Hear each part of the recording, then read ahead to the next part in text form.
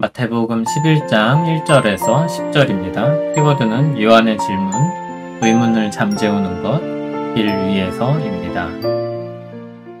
예수께서 12제자에게 명하시기를 마치시고 이에 그들의 여러 동네에서 가르치시며 전도하시려고 거기를 떠나 가시니라. 요한이 옥에서 그리스도께서 하신 일을 듣고 제자들을 보내어 예수께 여짜오되 오실 그이가 당신이오니이까 우리가 다른 일을 기다리오리이까. 예수께서 대답하여 이르시되 너희가 가서 듣고 보는 것을 요한에게 알리되 맹인이 보며 못 걷는 사람이 걸으며 나병한 자가 깨끗함을 받으며 못 듣는 자가 들으며 죽은 자가 살아나며 가난한 자에게 복음이 전파된다 하라. 누구든지 나로 말미암아 실족하지 아니하는 자는 복이 있도다 하시니라. 그들이 떠나매 예수께서 무리에게 요한에 대하여 말씀하시되 너희가 무엇을 보려고 광야에 나갔더냐? 바람에 흔들리는 갈대냐?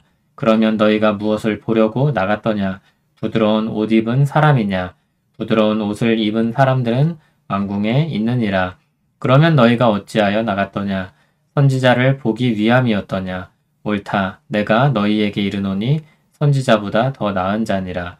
기록된 바 보라 내가 내 사자를 내 앞에 보내노니 그가 내 길을 내 앞에 준비하리라 하신 것이 이 사람에 대한 말씀이니라. 아멘.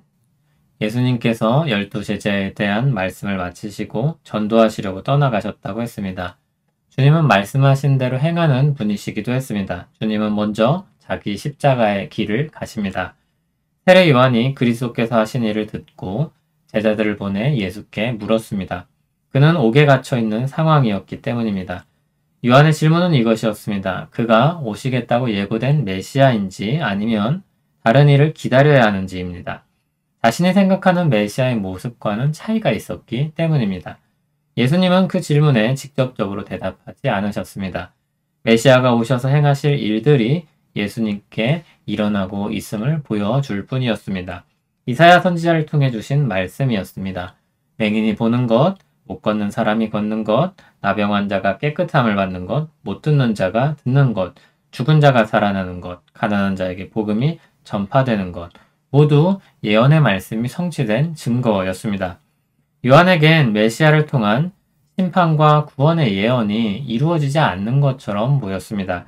그러나 예수님은 그 일이 이루어지고 있다고 말씀하신 것입니다. 다만 아직 십자가를 통해 이루실 구원과 그에 대한 계시가 나타나기 전이기 때문에 그의 질문에 단순하게 말씀하지 않으시는 것입니다. 그러면서도 주님으로 말미암아 실족하지 아니하는 자가 복이 있다고 선언하십니다. 세례 요한의 제자들이 떠나고 나서 주님은 그의 사역이 헛되지 않았으며 그가 참 메시아의 길을 예비한 선지자라고 말씀하십니다. 그리고 우리가 주님을 따라온 것도 참된 복된 일임을 알려주십니다. 사람들은 광야로 요한을 보러 나갔습니다. 그들은 갈대를 보러 간 것도 호화로운 옷을 입은 사람을 보러 간 것도 아니었습니다. 하나님의 말씀을 전하는 선지자를 보러 간 것입니다. 하나님의 말씀을 들으러 간 것입니다. 메시아를 예비하는 마지막 선지자를 만나러 간 것입니다. 그리고 그들은 그 선지자를 보았습니다. 그리고 만났습니다. 어떤 선지자보다 나은 선지자이며 예고되었던 엘리야 선지자였던 것입니다. 메시아를 영접하게 할 큰 선지자였습니다. 예수님은 그렇게 무리를 향해 말씀하십니다. 선지자 세례 요한을 따라 광야로 나갔고 예수님께 인도되어 온 이 일이 참되고 복되다는 것을 말씀하신 것입니다. 과정에는 불안과 걱정이 생길 수 있습니다. 완성되기 전까지 결말에 대한 확신이 없을 수 있습니다. 세례 요한은 종말의 심판과 구원이 예수님을 통해 더 빨리 일어날 것으로 생각했습니다. 그러나 하나님의 계획은 더 깊고 놀라운 것이었습니다.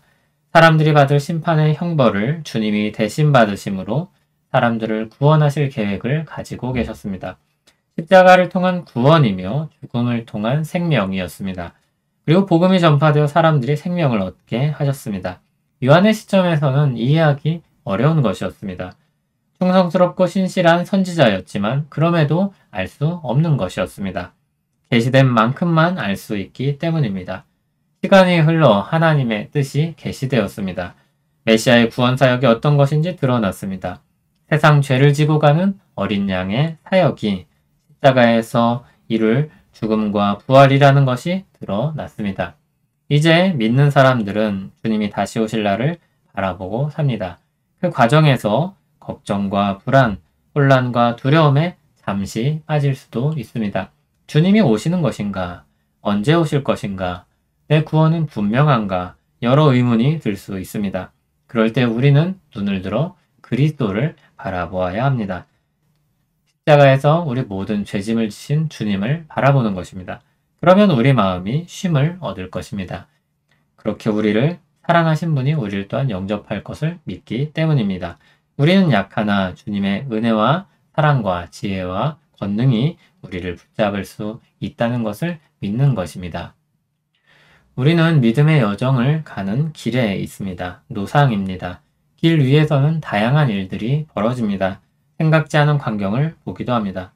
그런데 우리가 그 길을 홀로 가지 않습니다. 그 길을 우리 주님이 책임져 주십니다. 그리스도께서 우리와 함께 하십니다. 우리를 사랑으로 보살피고 인도하십니다. 우리에게 성령님을 보내주셔서 우리를 선한 길로 계속해서 이끌어 가십니다. 믿음을 지키게 하십니다. 우리는 그 은혜로 말미암아 우리 믿음의 여정을 완주하게 될 것입니다. 우리 믿음의 시작이며 마침이신 주님, 주님을 믿고 또 하루를 살아갑니다. 우리 여정을 살피고 인도하시는 주님으로 인해 우리는 또 한 걸음을 내디딜 수 있습니다. 이 길이 진정 복된 길임을 믿고 평안과 기쁨으로 살아갈 수 있습니다. 오늘도 우리를 사랑하시는 주님을 바라보며 믿음으로 살기 원하오니 우리를 붙잡아 주시옵소서. 예수님 이름으로 기도합니다. 아멘.